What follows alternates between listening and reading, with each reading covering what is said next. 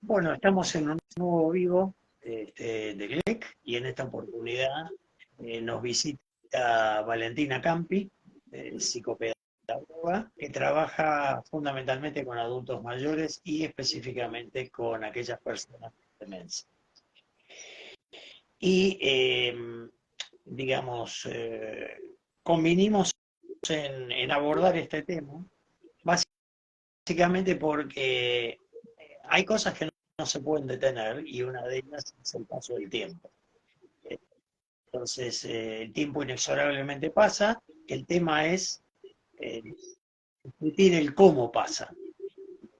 A medida que vamos alcanzando, que vamos desde la edad de Valentina a la edad mía, entonces, ¿cómo hacemos para que cuando lleguemos a la mía, y todavía me queda hilo en el carrete, este, tengamos una buena calidad de vida del adulto mayor?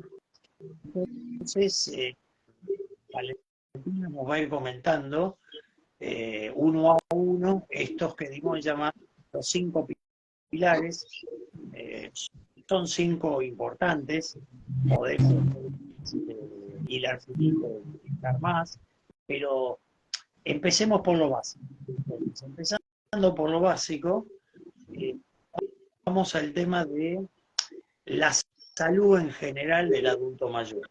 Y esto no es un tema, sabiendo que el adulto mayor tiene una probabilidad por encima del promedio de tener enfermedades crónicas. Entonces, aquel que no las tiene se debe controlar y el que las tiene razón para controlar, no solamente estar en tratamiento, sino tener las enfermedades crónicas controladas.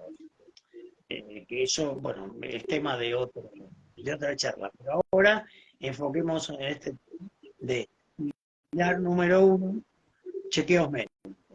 Somos todos oídos, Valentín. Bueno, en primer lugar me gustaría saludarlos a todos. Me parece que, como bien mencionaste, el tema del envejecimiento en sí está cada vez más en auge porque, bueno, sabemos que la esperanza de vida ha aumentado y es muy importante poder pensar nuestro propio proceso de envejecimiento, ya que las chances de que lleguemos a ser personas mayores están y cada vez son más grandes. Entonces, bueno, en primer lugar es eso, entender que la esperanza de vida está en aumento y el proceso de envejecimiento, más allá de que existen ciertos factores que no podemos controlar dentro de nuestra propia vida, hay algunos factores que sí están en nuestras manos y que nosotros podemos actuar sobre ellos. Por ejemplo, como la charla de hoy está orientada a poder hablar de los distintos pilares de lo que es un envejecimiento saludable, me pareció importante comenzar con el primer pilar, que son los chequeos médicos, ¿sí? Que puede sonar un poco trillado o hasta incluso como algo muy común o que todo el mundo sabe, pero justamente en este aumento de la esperanza de vida, poder hacer estos chequeos y poder dar un tratamiento a distintas enfermedades o un seguimiento específico a las mismas, por supuesto, hace que la calidad de vida sea mejor, ¿sí? Es distinto por ahí agarrar una enfermedad en un estadio temprano o inicial a cuando ya la enfermedad está avanzando, las complicaciones son mayores. Entonces, bueno, poder tener la base equilibrada para que el resto de las dimensiones puedan estar estables también, ¿sí? Yo creo, José Luis, que con esto de las enfermedades crónicas, que vos sos el especialista, el chequeo médico tiene que ser algo fundamental para que el resto de las dimensiones puedan desarrollarse con plenitud. Absolutamente, sí, sí, sí. Digamos, para poner algún ejemplo, si un paciente con insuficiencia cardíaca no está adecuadamente controlado, va a estar limitado para desempeñar determinadas actividades. Entonces, Exacto. esto va a hacer que tu capacidad de pronto para hacer actividad física, de la cual charlaremos más adelante en esta charla, digamos, va a estar limitada. No porque tenga problemas en el aparato locomotor, sino porque no tiene controlado su insuficiencia cardíaca, y entonces esto es un factor de limitación que se suma a otras potenciales limitaciones. Por eso todo, en realidad, esto es como una especie de tablero de ajedrez, no importa la posición del peón, sino que también importa la del alfil, la de la torre, todos tienen que estar para hacer una partida exitosa, tienen que articularse. Este es el primer tema. Y siguiendo con otro punto que también te puede parecer trillado, pero francamente no lo es porque el grado de cobertura que tiene no es tan alto como uno pretendiese, es el tema de los hábitos saludables. Entonces, ahí también me gustaría que nos comentes cómo. Bueno, con respecto a los hábitos saludables, sabemos que cada vez se mencionan más y más hábitos saludables, pero la idea de hoy es al menos poder resumir entre los principales que hacen a la calidad de vida y sobre todo a la calidad de vida de las personas mayores. En primer lugar, como hábito saludable principal, quiero destacar al ejercicio físico, ¿sí?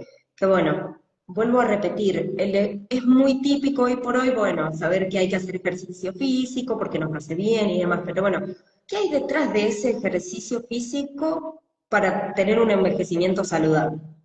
En primer lugar, sabemos que la salud cardiovascular y el cerebro, el funcionamiento a nivel cerebral, van de la mano. Entonces, hay que pensar el ejercicio físico también como algo beneficioso a nivel cerebro y por lo tanto a nivel de la independencia de la persona, ¿no es cierto? Entonces, al hacer ejercicio físico se promueve la irrigación cerebral. Por lo tanto, el cerebro va a funcionar mejor porque llega el suministro de sangre que necesita, ¿no es cierto? Entonces, si mi cerebro está en condiciones, yo puedo seguir desarrollando una actividad tan simple como lo es bañarme, cepillar mis dientes, reunirme con un amigo, ¿sí? Es decir, ver cada uno de estos pilares relacionados entre sí. Además, lo que es el ejercicio físico como hábito saludable, hay que verlo también como una ganancia. ¿En qué sentido? La persona mayor que realiza ejercicio físico gana masa muscular. Por lo tanto, reducimos las caídas, aumenta el nivel de equilibrio de la persona. Por lo tanto, como bien marcaba recién, lo que se busca es mantener la independencia con esto, ¿no es cierto? Que no es poca cosa. Además del ejercicio físico, creo que es muy importante el tema del sostener hábitos nutricionales saludables, la hidratación, que es muy importante. Yo generalmente en las consultas, que si bien soy psicopedagoga, como mencionó Luis, me parece que las entrevistas con los familiares, con los pacientes en sí, son muy importantes para indagar en estos hábitos saludables, ¿sí? El tema del consumo de agua, los hábitos nutricionales sanos, como habíamos mencionado, el tener sueño de calidad, regular los niveles de estrés, es decir, son un conjunto de hábitos que sabemos que es imposible poder llevar todos a rajatabla a la práctica, pero sí lo ideal es que uno pueda ir sumando distintos hábitos, pequeños hábitos, y que cada vez uno los pueda hacer con más frecuencia, que cada vez se puedan incorporar más hábitos saludables, pero el tema es este. Correcto. Nunca más de acuerdo con todo esto. Eh, un, eh, un tema que a veces no es tomado tan en cuenta. Yo diría así, uno, y hay un segundo, pero me voy a concentrar en uno, que es el tema del sedentarismo y el exceso de peso.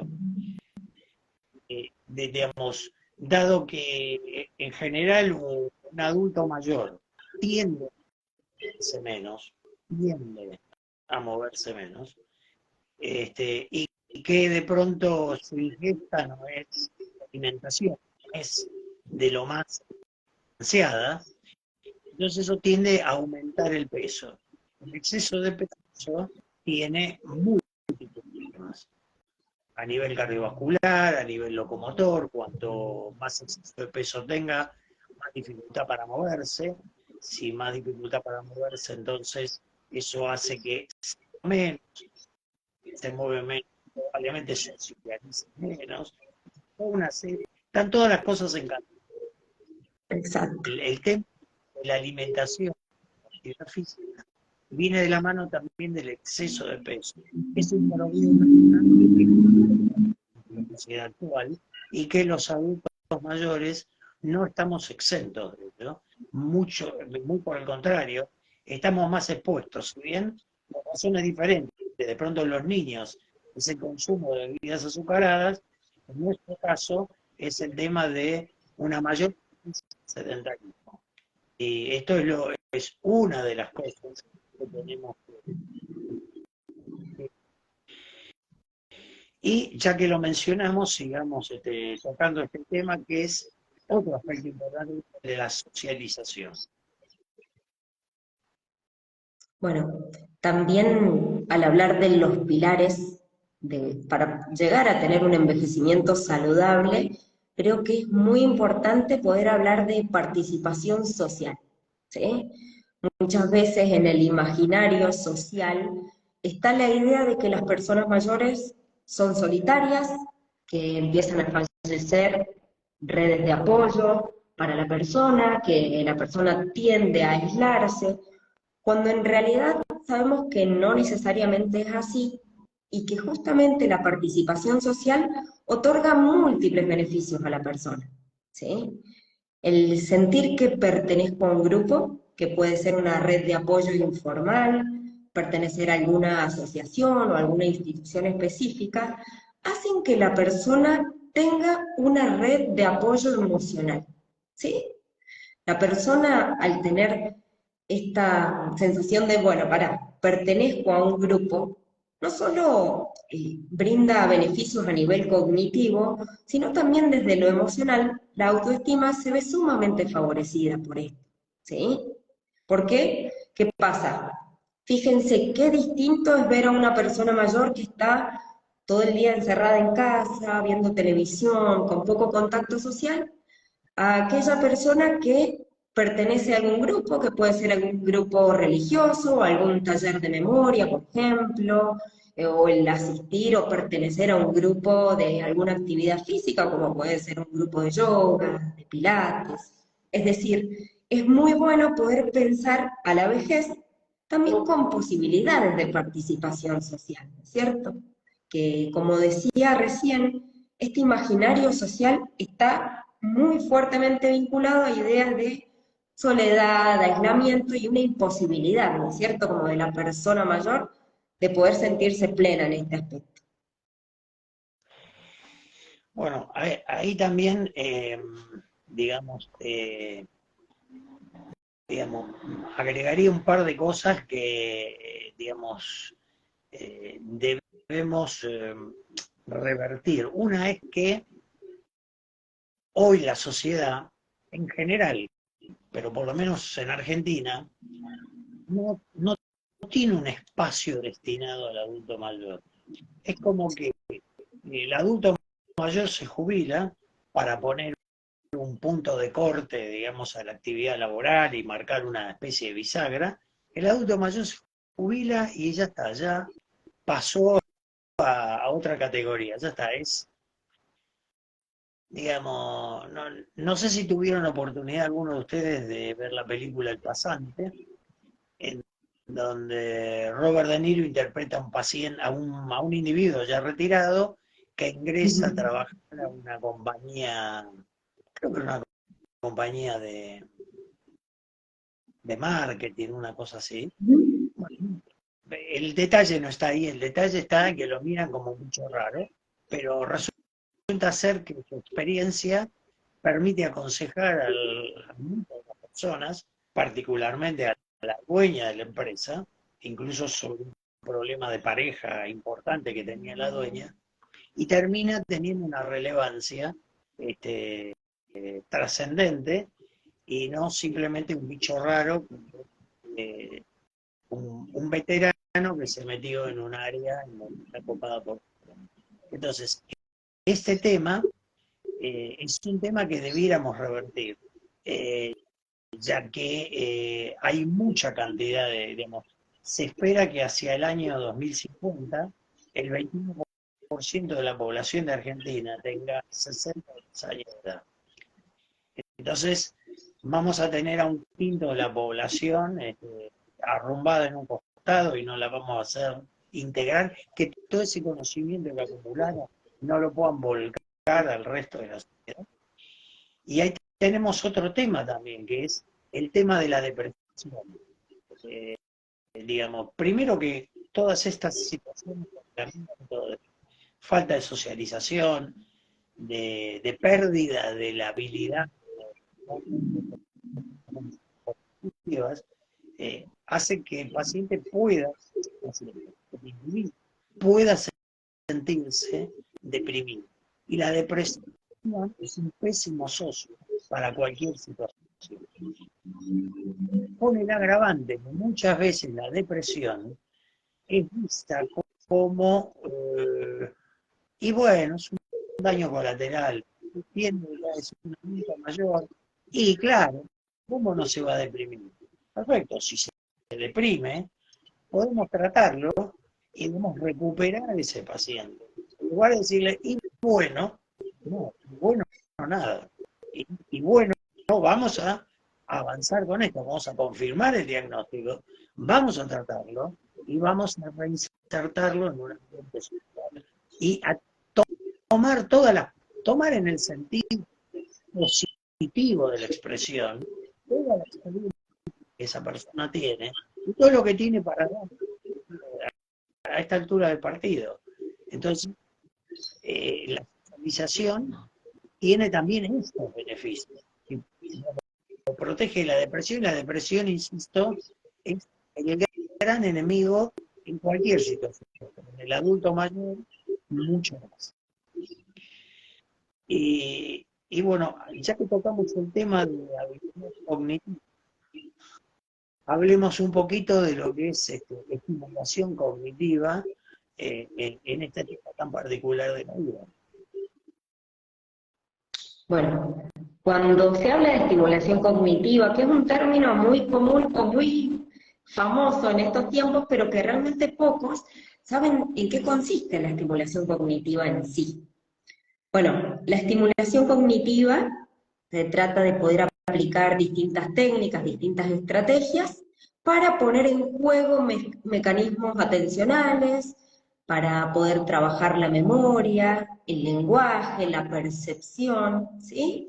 Generalmente la estimulación cognitiva se suele realizar en contextos formales, por ejemplo, en centros de salud mental o en áreas específicas, pero también es muy común la estimulación cognitiva a nivel informal, ¿sí?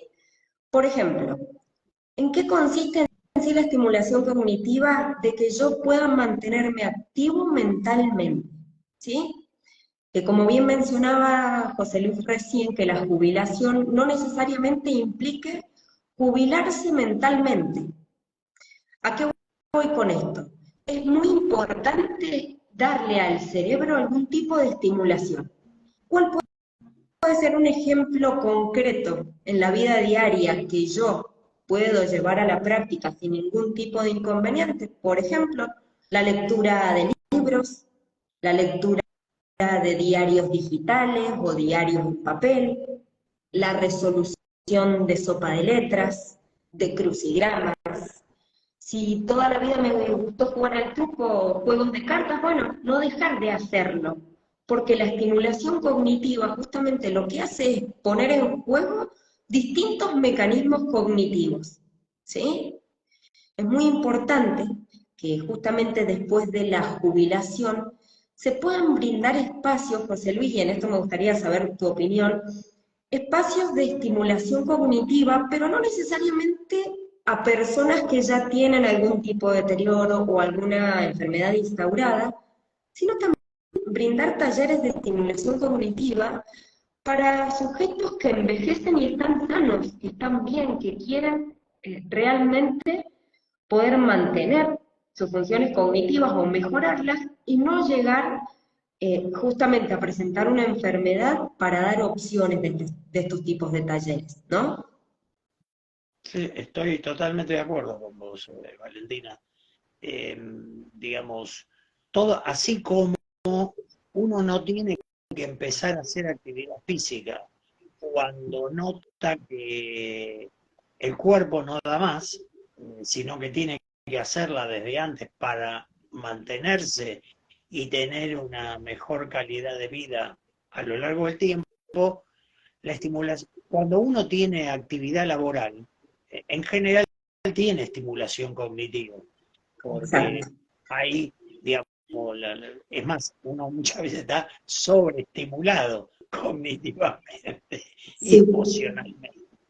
Pero cuando uno deja de trabajar, bueno, el nivel de estimulación cognitiva, si uno no se lo propone, suele bajar, porque, bueno, de pronto hay menos cosas que llaman la atención, en algunos, en otros no. Por eso también muy importante en este tema es tener un proyecto. O sea, una vez que una persona termina de trabajar o digamos se jubila, que es nuestro habitual, esto no significa que no pueda tener proyectos de vida, sea para hacer lo que no pudo hacer antes o para imaginar cosas nuevas, que ahora que tiene más tiempo disponible y tiene una situación de salud que se lo permite, desarrollar proyectos. ¿Por qué no? O sea, un amigo mío, me acuerdo que hace muchos años, cuando era joven, me decía, tener proyectos es estar vivo. Y, y realmente es así. Y es tanto más cierto en la medida que pasa el tiempo.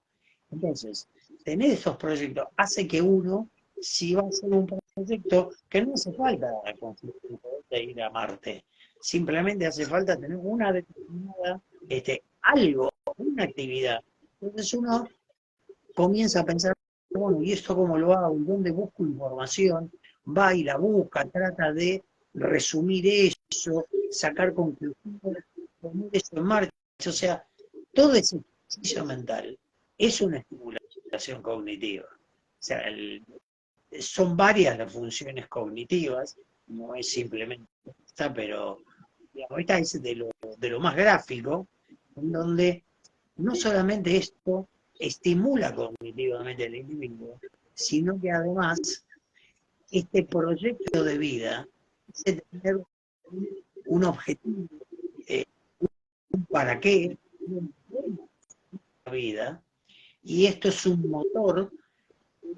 Otras cosas sucedan, como por ejemplo, si yo quiero llevar adelante un proyecto, tengo que cuidarme la salud. Entonces quizá eso sea el motor para que yo me cuide mejor la salud, para hacer actividad física, para que tenga hábitos saludables en general, etcétera. Entonces, todo esto, y muchas veces el proyecto en sí,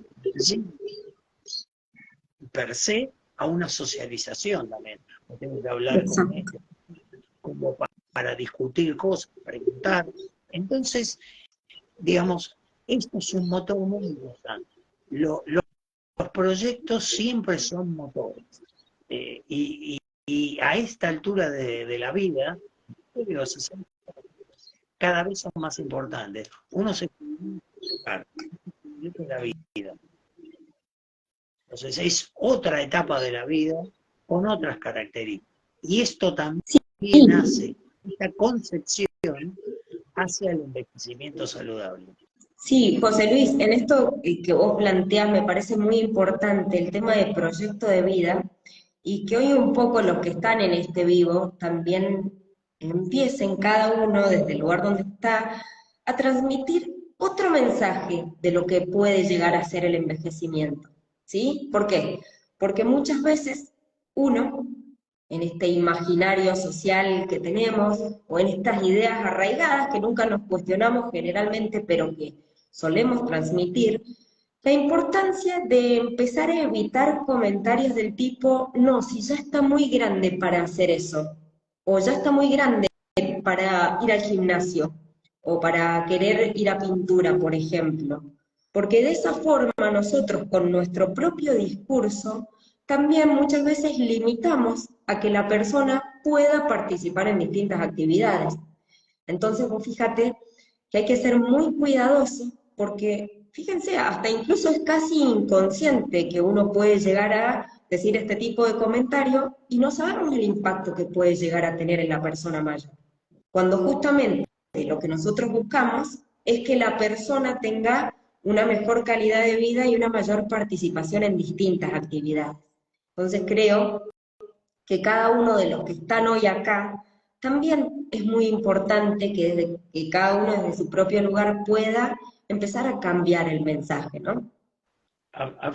Absolutamente, y son pequeñas cosas y aparte, también tengamos en cuenta los tiempos, las épocas.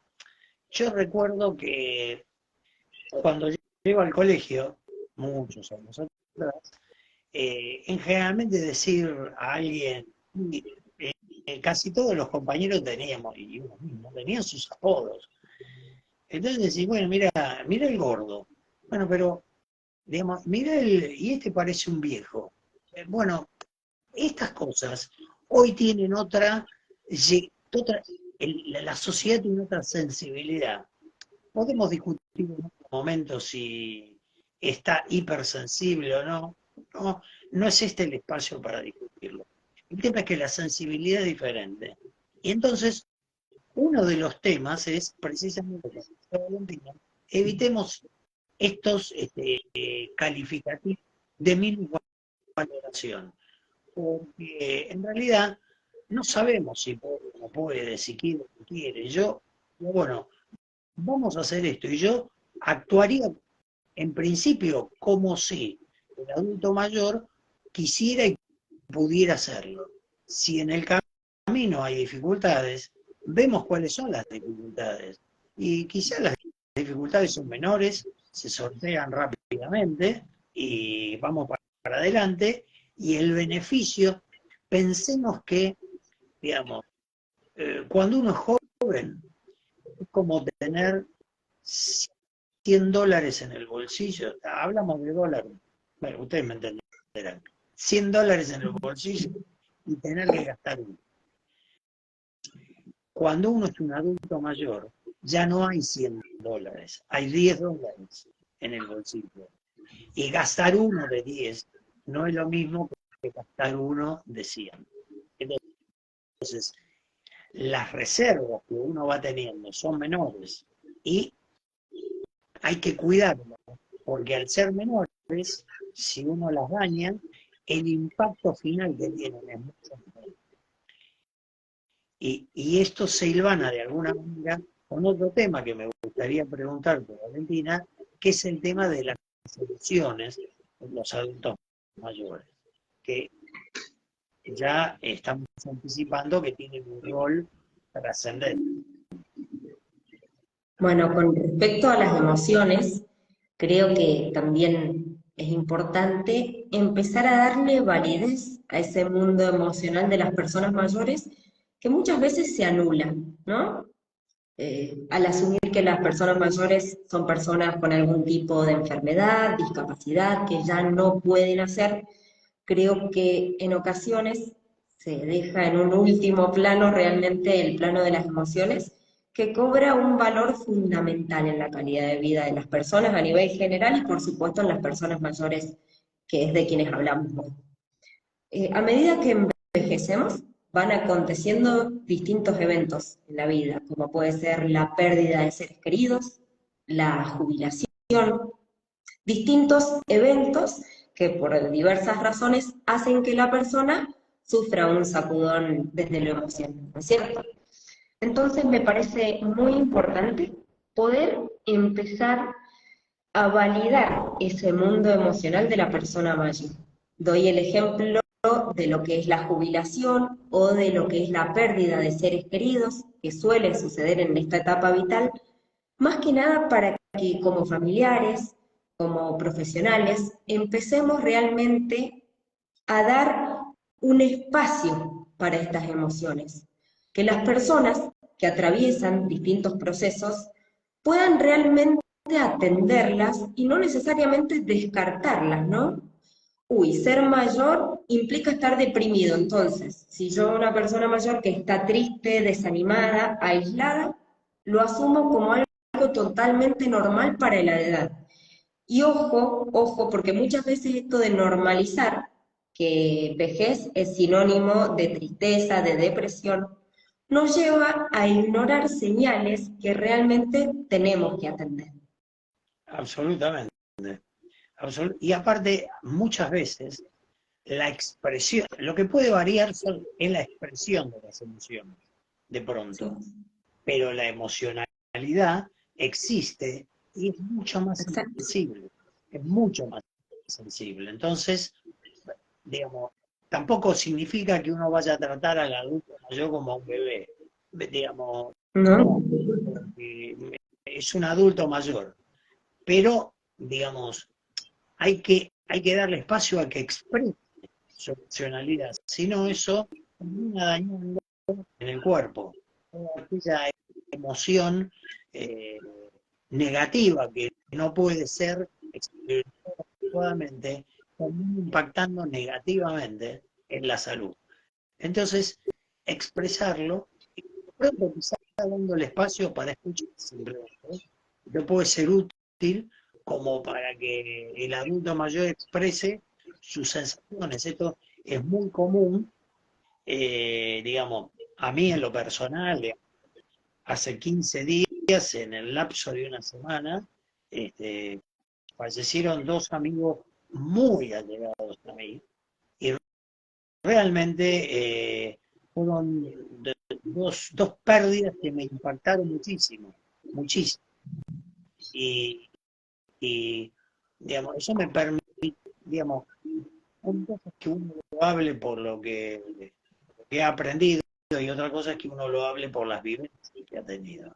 Realmente la vivencia que yo he tenido ha sido dolorosa y, mm, digamos, valiosa, pero considero tener ciertos recursos como para enfrentarla.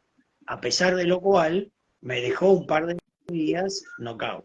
Entonces digo, ¿qué pasa si todo el background emocional no es demasiado sólido? Uno no elige el background emocional que tiene, va teniendo el que fue pudiendo coleccionar en su vida.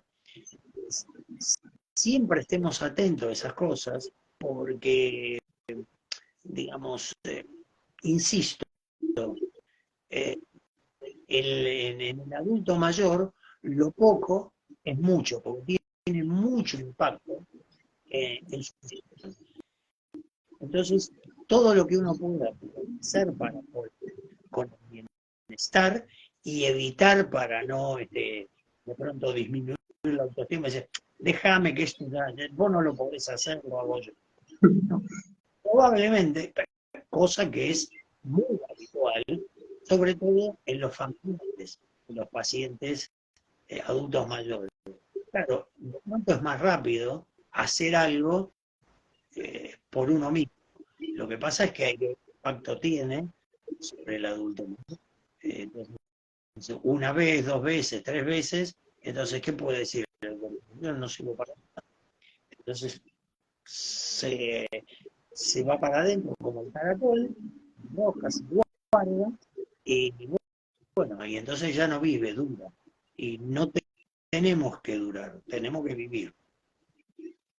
Entonces Sí, todo esto, mejor calidad de vida, que impacta también en cantidad de vida, porque en la medida que uno viva con mejor calidad, va a tender a alargar la vida porque las complicaciones que de pronto se podrían suceder o son de menor magnitud o se postergan en el tiempo. Lo cual, la calidad de vida, el tiempo que vivimos con calidad de vida, se va alargando. Y eso, nuevamente, insisto, no, ¿vos querías comentar algo más, Valentina? No, en realidad con respecto a esto del mundo emocional, yo te voy a dar un poco un ejemplo. En primer lugar, me parece valioso lo que comentás, ¿no? Este tema de las pérdidas, también validar, ¿no? Los distintos eventos que pueden suceder en esta etapa vital y acompañar un poco desde la escucha, porque, bueno, yo doy un taller de estimulación cognitiva grupal, donde muchas veces, pese a seguir una planificación, que para cada día en particular se trabajan distintas funciones, uno, como profesional, es muy importante que pueda habilitar estos espacios de escucha, ¿no? Porque bueno, de repente puede surgir una problemática o algo que sucedió en la vida de uno de los participantes y realmente el poder atender esta situación, aunque sea desde la escucha, cobra mucho más importancia que yo insista en realizar una actividad, por ejemplo, ¿no? Que realmente esto, tal vez lo digo como una persona más joven, ha tenido un impacto muy grande en mí, una enseñanza grande en decir, bueno, el mundo emocional es importantísimo y si uno no habilita este espacio, eso se puede perder y puede ser muy perjudicial para la persona.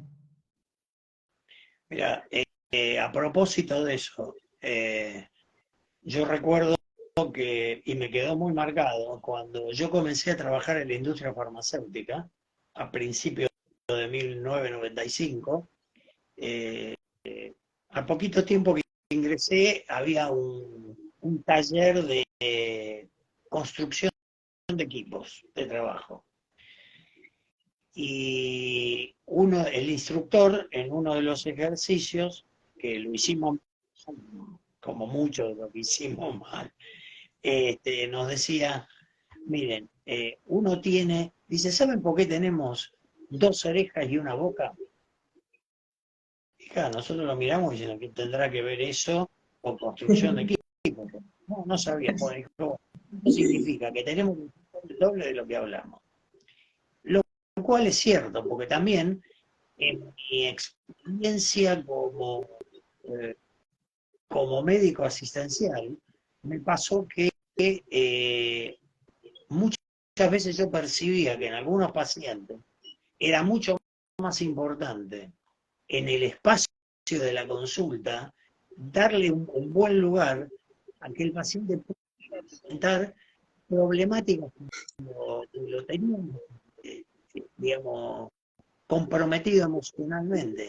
Y en especialidad que cardiología tenía un impacto directo o podría tener un impacto sobre la función de la enfermedad cardíaca, por ejemplo.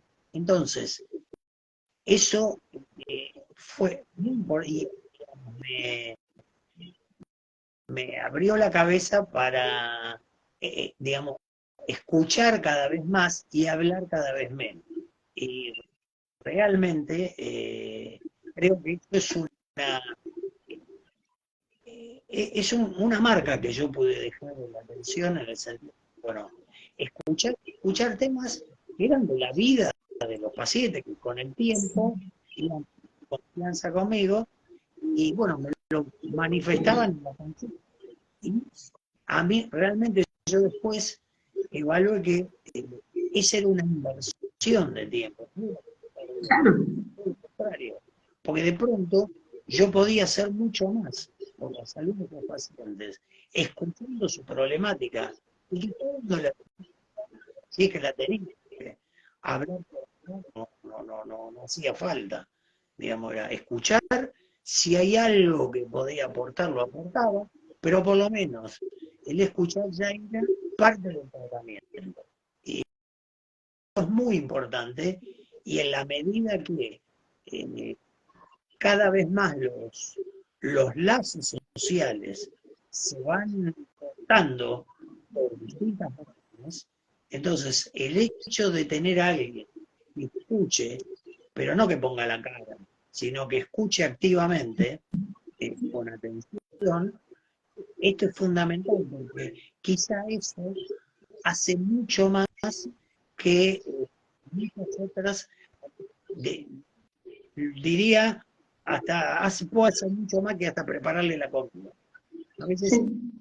está mejor comiendo otra cosa, boteando algo, porque no tuvieron tiempo para preparar la comida, pero que un cuidador, por ejemplo, sea familiar, cuidador este, fuera del núcleo familiar, preste atención, no se escuche. Después, si no hay tiempo para otras cosas, eso solo tiene una importancia fundamental.